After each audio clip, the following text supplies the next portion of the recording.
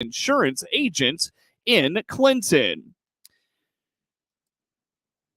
A loaded handgun was among the stolen items from vehicles on Clinton's southwest side in the early morning hours Monday. Local authorities are investigating the rash of burglaries. Items stolen from vehicles include cash and coins, credit and debit cards, and a loaded handgun. Authorities do not believe any of the entries were forced. Area surveillance footage shows at least 2 subjects entering vehicles. Authorities remind residents in all communities and neighborhoods to lock their vehicles and remove all valuables. Authorities indicate it has been some time since they've encountered a spree of vehicle thefts to this magnitude. As kids get back to school this week, Clinton and DeWitt County authorities are asking the motoring public to be mindful of the increased traffic around the schools and community. Clinton Police Department School Resource Officer Cody Mayer implores the public to avoid school zones and the areas around them if they're going to be in a hurry in the morning. First thing is you just want to plan extra time. And if you can avoid, especially that area you just mentioned, Illini Drive is a big one. If you can avoid that, go around, find a different route to work. We often had people call 911 and say the traffic's backed up. Well, that's not really a 911 issue. Just find a different route. It's going to be backed up. All these parents are trying to drop off, pick up kids. You want to be patient with them and be understanding with them. But with kids walking, especially the younger kids, those Lincoln Douglas areas, a lot of people don't understand that they don't have those life skills built up to understand traffic. These kids will do unexpected things. They don't react the way that adults and drivers expect them to. A lot of kids don't have that height advantage like adults do. They can't see as well as taller people can, and they just don't understand traffic. They think cars can stop on a dime when they're going through their crossings. They think, hey, if one car stopped, that means they're all going to stop. So we just ask that the drivers, please be mindful of what's going on. Pay attention. Do not have your phones in your hands anywhere, but especially in those school zones, be paying attention to those little children running around that might just do something unexpected. Motorists need to be aware of areas with crossing guards, and Officer Mayer notes when those arms are sticking out from the school buses. He says he's not going to make it easy on motorists who disregard those. When it comes to crossing guards and school buses, those are things where if you do not obey them, you can be cited for it. 95% of my traffic stops, I'm going to write you a warning if I can. I like to be lenient. I like to understand it. Times are tough. Those tickets are expensive. But when it comes to the safety of our children, you're going to have a hard time talking me out of a ticket. If you disobey that traffic or that crossing guard, and I can find you and I can prove it was you, I'm going to write you that citation. The other thing is school bus drivers. If they have that arm out, if the stop sign, they have their lights blinking, if you disobey that, that's actually going to get your license suspended. A lot of people don't realize that. A lot of people think, oh, you'll give me a $160 ticket, big deal. Well, your license will be suspended for 3 months as well. And that's going to make it pretty difficult for you for a while. And on that topic, I want people to understand that there's cameras on those buses that are rolling, and they are good enough quality that we can see the driver of those vehicles and we can read the license plate. When those things happen, our school bus drivers will call the director. He will pull that video clip out and he'll call me to come watch that video clip. He will give me a copy of that video clip and I will come find you. So I don't want to be harsh and I don't want to scare you on the radio show, but we want you to be safe around our children and be mindful of that, because that's a big safety issue. You don't know if those little kids are going to run out from in front as you're crossing that bus. Just please, when crossing guards are out and when buses are stopped, please do not do anything around them that's unsafe. Additionally, DeWitt County Sheriff Mike Walker implores those rural motorists to be mindful of buses when they see them in rural settings. He indicates they're often making stops where it might not always be convenient, so be cautious around them. He also notes the rules apply in the country just as they do in town regarding school bus safety. People just need to be aware that the buses are going to be started rolling out there in these, on these township roads. It's going to be a tight fit for a school bus and a vehicle. And when you see those red flashing lights on those buses, you have to stop. Even if you're out on 51 and you're going on northbound on 51, you see a school bus pulled over on the shoulder with its red stop arms out, loading those kids. Just because there's 2 lanes there, you still have to stop. And we get some calls from out on 51. Unfortunately, time we get there probably long gone, but the bus drivers are usually pretty good getting the description and sometimes the license plates, and we do what we can. But people just need to be cognizant of it's that time of year, and these buses are going to be out there, and you never know when you're out in the country where you might run across a bus, because there may be a house out in the middle of nowhere that's got some little kids that need to get to school, and that bus may be there. Clinton Police Chief Ben Lowers has been around for numerous first days of school and says it never fails. The first day of school is inevitably hectic, but it won't take long for kids, parents, and motorists to fall into the routine of the school year. I think the message is, just to summarize, especially we deal with this every August, the beginning of school. It's just an adjustment, and it's always an adjustment, for the first couple of weeks. I think the first couple of weeks of everybody getting into a routine is critical. We've got a new batch of kids going to a new school. Some are returning to the same school. Some are coming to a new school, particularly CES. I want to discuss that for a second. I know that the school puts out, since that building was built 6-8 years ago, I'm not real sure now, traffic has been an issue in and out of CES. It has, and we deal with a heightened number of complaints early in the year. It just takes some time for everybody to kind of figure out individually and as a group what works best for them. We did discover that last year, while we didn't take any measures to change the flow of traffic in terms of the law as a one-way street or anything like that, we have discovered that approaching CES from the south has worked out to be the best case scenario under we can't change the design of the building, the design of the parking lot at this time. So we have to work with what we have. And what we have determined is that approaching from the south, where you can pull off to the right side of the road and wait and allow traffic to pass you on the left, works a lot better than it does approaching from the north and bottlenecking traffic there. But again, the first couple of weeks is most critical of just everybody figuring out, what time do I need to leave? I was a little late this morning. I know it's going to take me extra time. It's just the kind of those growing pains in the first couple of weeks. And when you were talking about Douglas and Lincoln School and the smaller kids, a phrase popped into my mind of to predict the unpredictable when we're dealing with small children. You're right. It is our job as the motoring public to be very mindful in those school zones, but also, as you mentioned, all the way through town and our residential neighborhoods, things like that. There's some excitement with going to school by a lot of the young kids. And so just predict the unpredictable. Officer Mayer encourages parents to have conversations with children about watching for traffic, knowing where the crossing guards are around their school, and being safe going to and from school. He is looking forward to starting his first school year as the school resource officer and getting to know the faculty and students in all the buildings. A mild week in Illinois is going to give way to a very hot weekend and likely a hot finish to August. On the WHOW Morning Show Monday, John Baumgardner from the National Weather Service in Lincoln told regional radio this should be a very mild week with minimal chances of rain. They sure are. Most locations right now are only in the low 70s. We're expecting highs today, not much better than that, mid to maybe upper 70s. We've got a cold front that's swinging through the western part of the state right now. Pretty tightly wrapped surface low over Iowa that'll drag that front through later today. We could have a few thunderstorms ignite along the leading edge of it, but it'll mostly be along and east of I-57. And then maybe just a couple showers between then and tomorrow afternoon. It should dry out going into Wednesday, and then we stay cool with highs tomorrow and Wednesday only in the mid to upper 70s. By Thursday, we start to warm up, but then we have a cold front come through, bringing another 20 to 30% chance of precipitation. And then Friday, pretty seasonable. And finally, towards the weekend, we start to warm up as high pressure builds in. And we could wind up with, by Sunday, heat indices in the triple digits. Yeah, we could end up needing some sort of heat headline if things continue the way they're looking. We've got low 90s in the forecast Saturday and mid 90s by Sunday.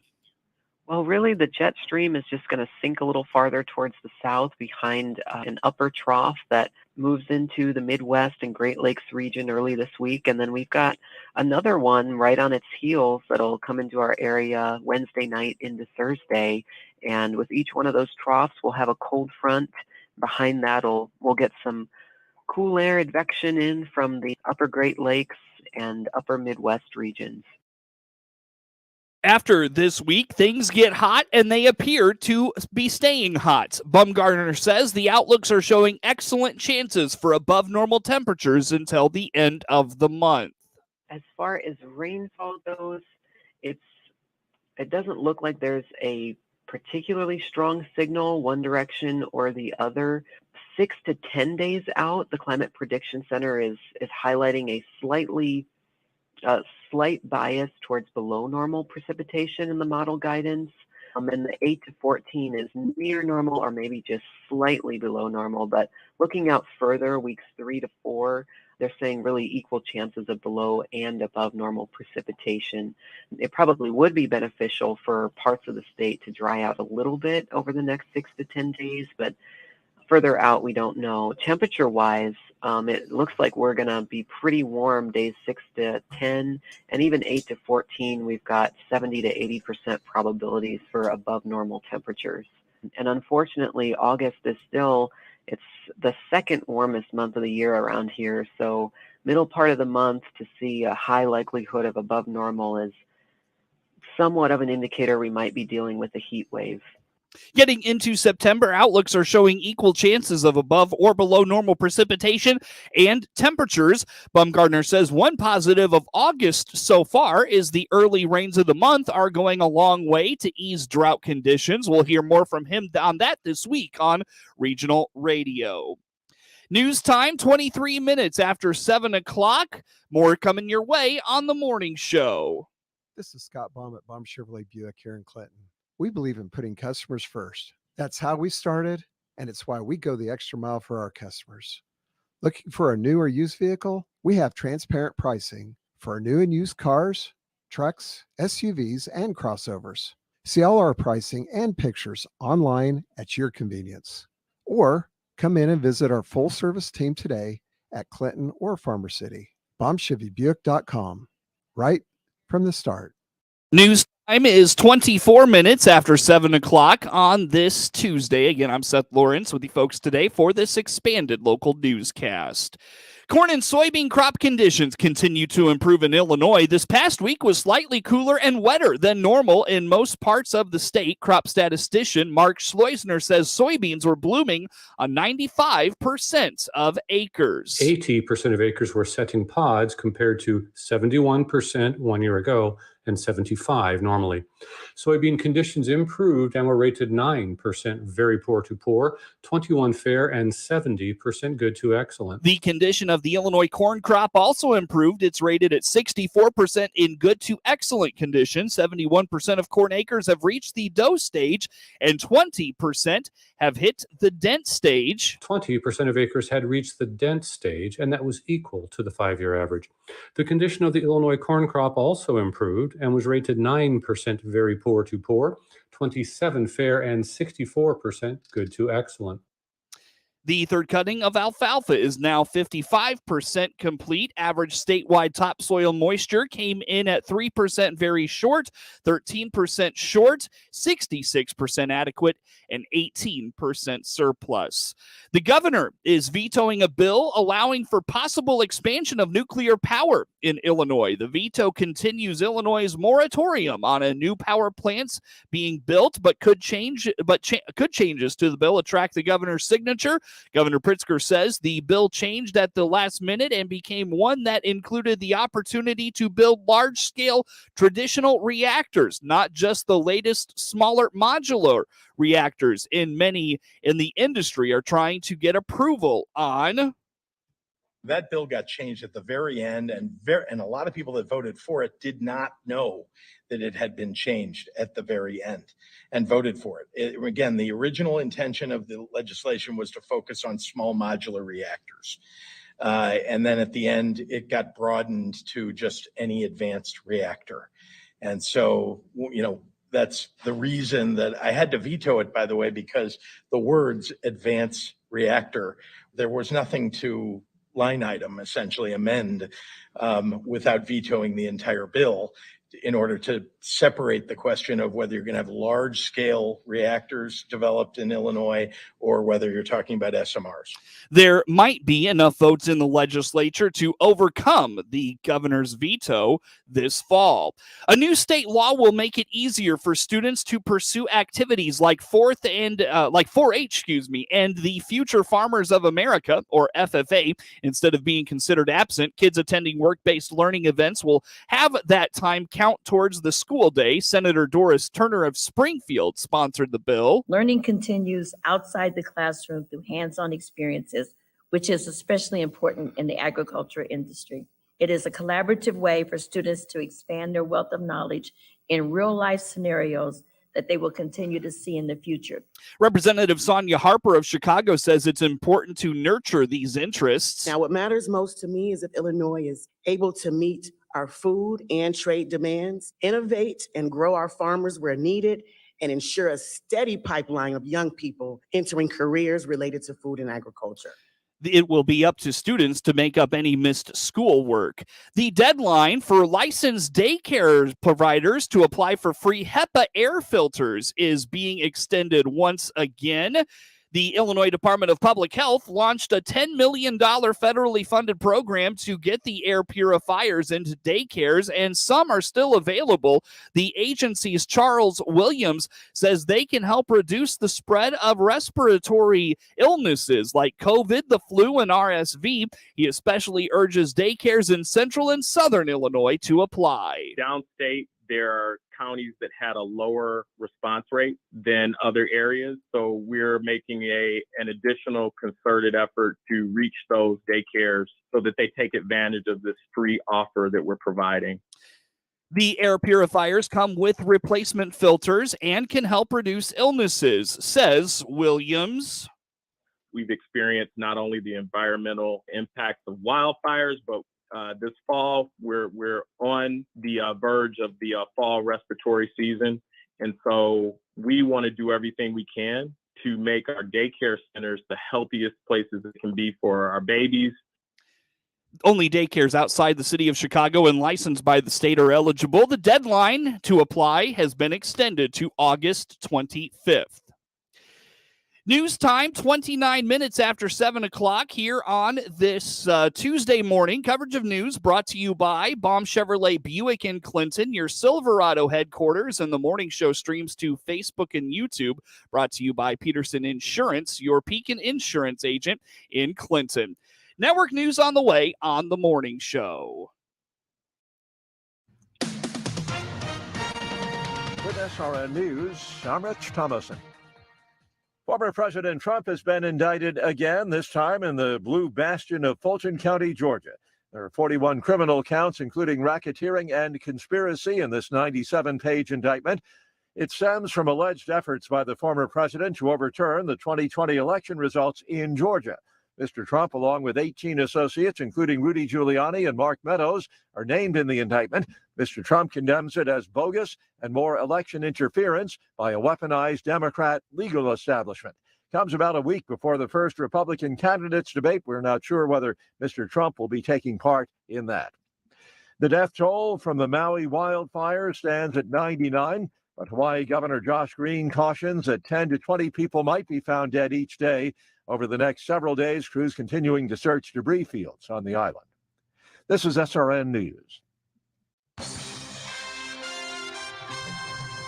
Time now for a look at sports. I'm Seth Lawrence with this report. The last couple of seasons have set the table for big expectations this fall for the Clinton cross-country program.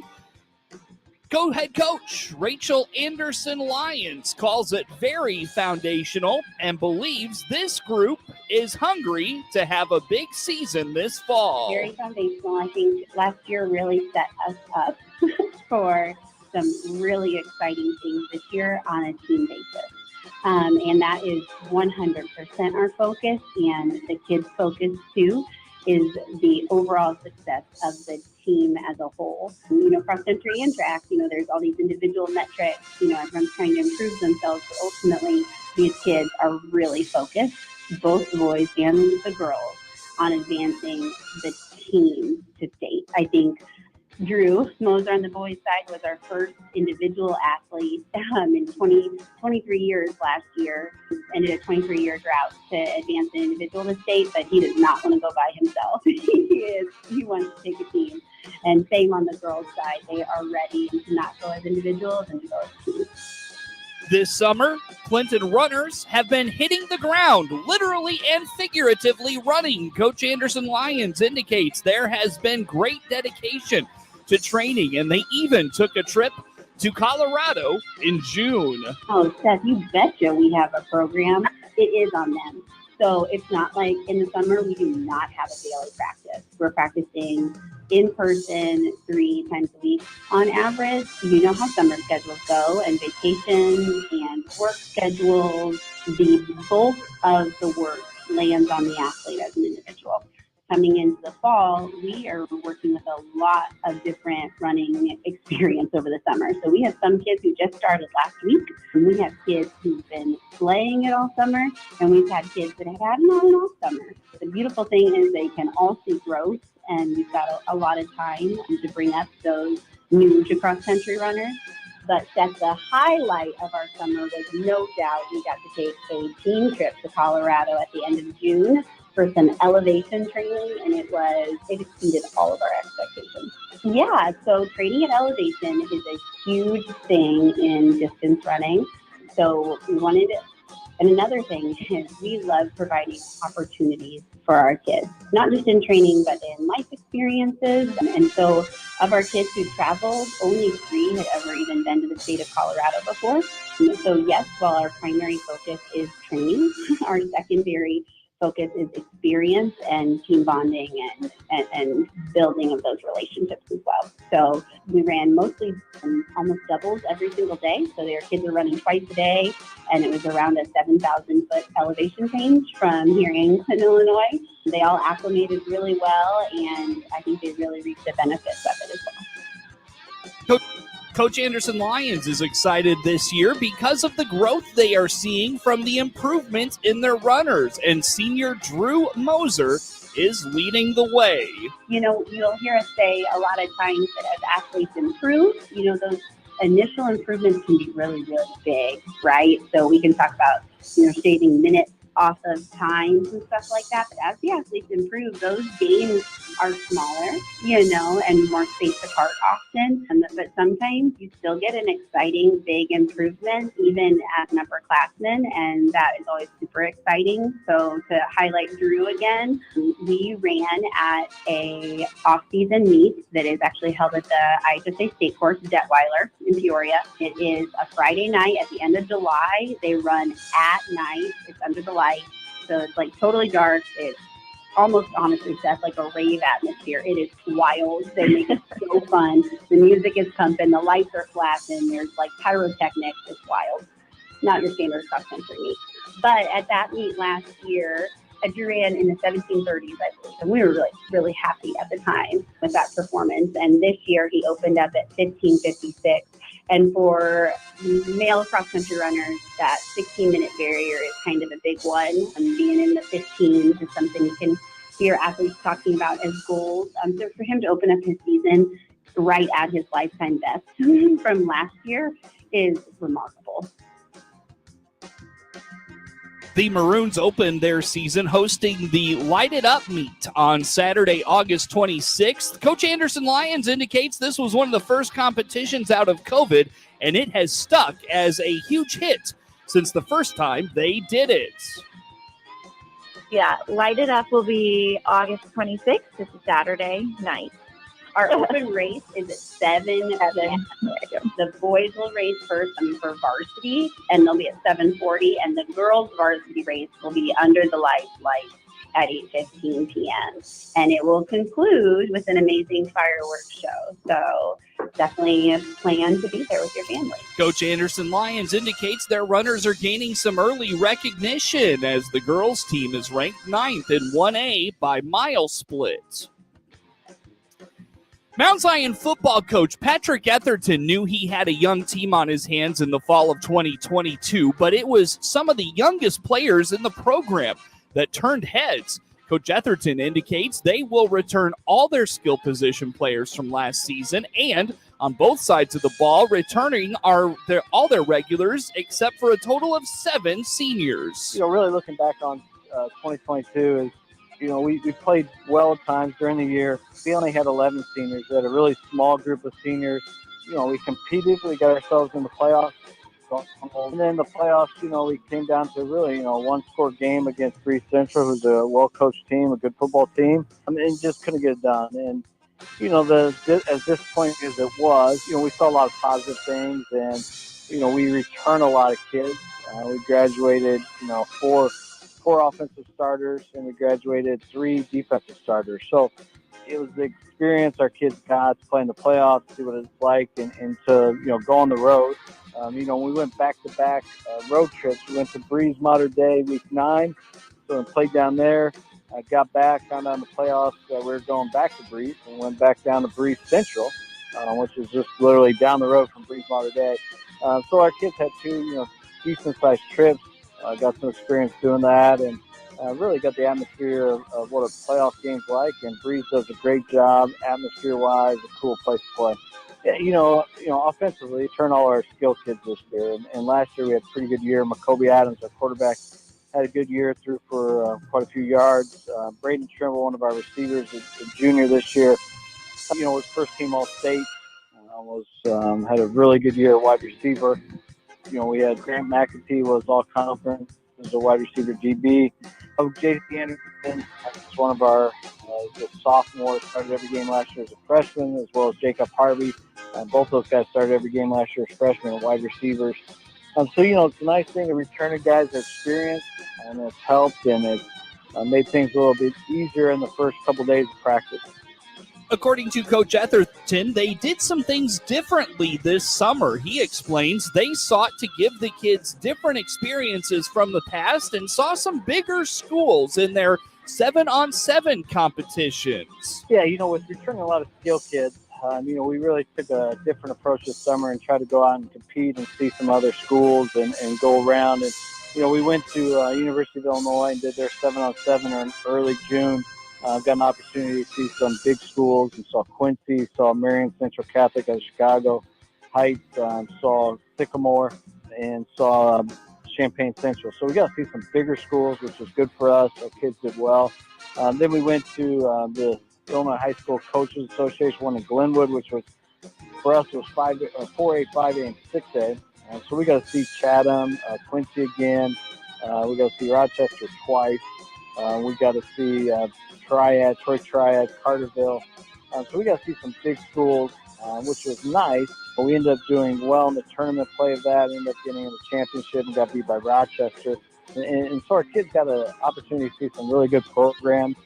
And then we went up to Sterling High School up the north there, a few hours north, and did some 7-on-7 there against Sterling, Rochelle, United, and really got a chance to see some schools we never see and see some football we haven't seen and see some different kids, which was a good experience for us. And then, with the IHSA allowing, basically 11-on-11 during team practices or joint practices, we did a few of those. We went to Springfield High, we went to Williamsville, and then we hosted Pana. So that gave us a chance to, really do 11-on-11 versus some good programs and kind of see where we were up front.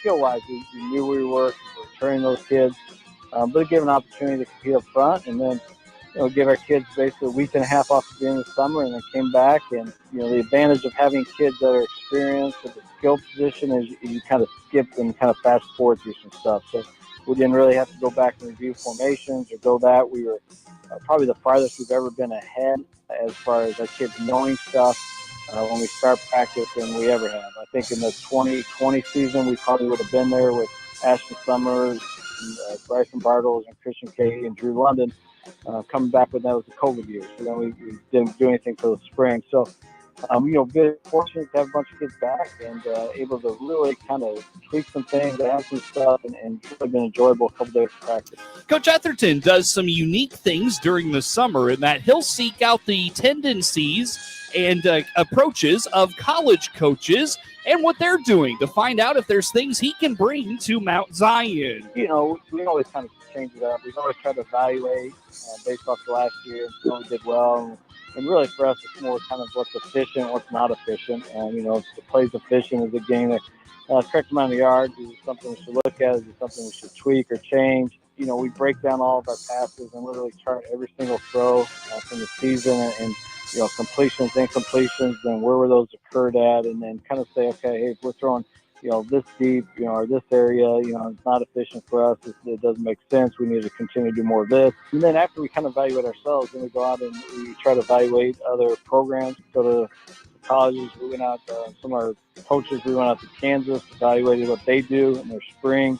We talked to a lot of people and watched film with colleges and see what they're doing, and then seeing how do we tweak that to us. And then that's what we kind of spend the summer on, is kind of adjusting route combinations,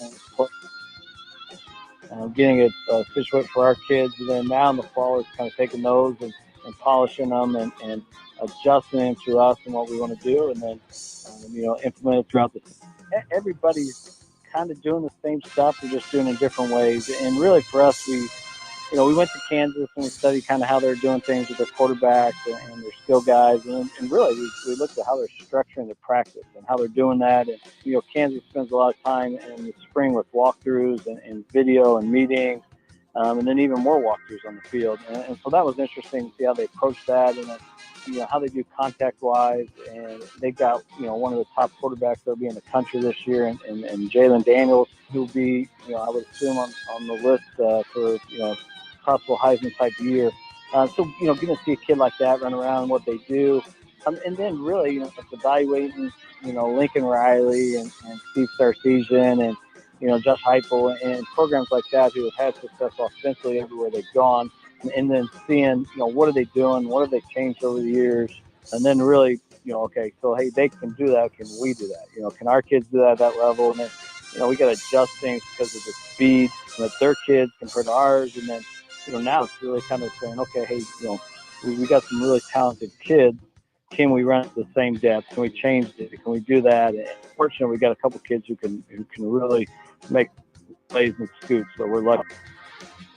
Coach Etherton believes it is without question the experience of his football team that will be its strength this season. Mount Zion hosts 3 consecutive home games to start its season, with Limestone coming to town week 1. It's part of just a 3 road game schedule for the Braves this year, a unique advantage. Rookie Jordan Walker hit a bases-loaded triple in the 7th inning, and the St. Louis Cardinals rallied for a 7-5 victory over the Oakland A's in a matchup of last-place teams Monday night. Walker's first career triple capped a 4-run 7th. Paul Goldschmidt hit a 2-run homer in the 5th, his 19th for the Redbirds.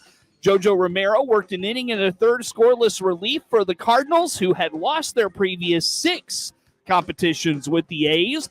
In the 7th, Angel Felipe walked the bases loaded with 1 out and gave way to Francisco Perez, who walked Lars Nootbaar on 5 pitches to move the Cardinals within 5-4. Perez struck out Luken Baker looking, then yielded Walker's triple to right center on a 3-2 fastball. The ball glanced off the glove of Oakland right fielder Seth Brown. Miles Michaelis departed with a 3-2 lead after yielding a one-out singles. In the 7th, Giovanni Gallegos pitched on his 32nd birthday and entered, giving up a run-scoring double by Zach Geloff and a 2-run single by Brown. Michaelis was charged with 4 runs. Cardinals catcher Wilson Contreras was removed from the game after 3 innings. Nolan Gorman was a late scratch. Ryan Helsley is scheduled to pitch Wednesday for AAA Memphis. Jake Woodford is set to pitch Thursday for AAA Memphis. Tonight, Cardinals right-hander Dakota Hudson makes his 2nd career start against the A's, who had not announced a starter.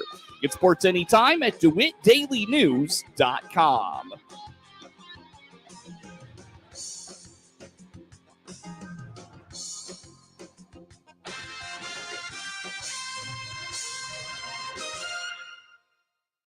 This is staff meteorologist Jennifer Wojcicki with your regional radio forecast. Partly cloudy today with a high of 76. North winds 10 to 15 miles per hour. Mainly clear skies tonight, lows around 56. High temperatures reach up to 79. Tomorrow, clear skies. Chance for scattered rain showers Thursday with highs in the low 80s. Bright sunshine Friday. Hear weather twice an hour or online anytime at DeWittDailyNews.com. Currently, it's 63. Hello again, everyone. This is Stu Ellis, swinging open the farm gate for you once again today. The Federal Reserve Banks issue quarterly conditions on agriculture credit, land values, things like that. And the Chicago Fed, which represents banks in the northern two-thirds of Illinois, along with all of Iowa, most of Wisconsin, most of Indiana, issued theirs report here this last week. And they say that farmland values in their district rose in the second quarter of this year, but not nearly as much as they have been. The Chicago Fed's ag economist, David Oppedahl, says at 9%, the year-over-year increase in district farmland values for the second quarter of 2023 was nearly as large as that for the first quarter. However, the second quarter market really marked the first time that the year-over-year percent gain in district farmland values dipped into the single digits. It hadn't done that since the first quarter of 2021. And Indiana had the largest year-over-year increase in agricultural land values. Illinois, Iowa, Wisconsin exhibited more modest year-over-year gains than Indiana, having tailed off from their stronger gains of previous quarters. Good farmland values in the Chicago Fed District increased some 3% in the second quarter of this year relative to the first quarter. And one Iowa banker noted that low quality land values are stronger than a year ago due to non-farm investors. Medium quality values of land are showing some weakness recently, but high quality land values are still strong. Agricultural credit conditions for farm operators in the second quarter of this year improved from a year ago yet again, although interest rates on farm loans continue to move up. As of the 1st of July, the district's average nominal interest rates on new operating loans, some 8.25%, feeder cattle loans at 8.2%, farm real estate loans at 7.33%, were at their highest levels since the third quarter of 2007. In real terms, which is after being adjusted for inflation with the Personal Consumption Expenditures Price Index, these agricultural interest rates increased rapidly during the second quarter of this year as inflation decreased. The average real estate interest rate for farm estate loans continued to rise more sharply in the second quarter of 2023 than the average nominal interest rates, in line with the pattern that began in the third quarter of last year. The average real interest rates on farm operating and cattle loans followed similar patterns. And even though the average nominal farm real estate loan rate has been well above its pre-COVID levels for over a year, the inflation-adjusted rate just surpassed its level from the start of 2020 during the third quarter of 2023. Now, the St. Louis Fed represents the southern third of Illinois, but the St. Louis Fed does not issue quarterly agricultural economic analysis. It does have its limited information in the Beige Book, and it won't be publishing that until about middle of September, prior to the next Fed meeting. Farm Credit continued its strong support for beginning farmers this last year, detailed in a report at the Farm Credit Administration's, which issued an annual report on the system's lending to young, beginning, and small farmers. Supporting the next generation of farmers and ranchers remains a key component of the Farm Credit's mission, according to Chief Executive Todd Van Hoos. In 2022, Farm Credit made 78,000 loans to beginning farmers worth over $21.5 billion. He says in the last 3 years, it made over a quarter of a million loans, totaling more than $70 billion.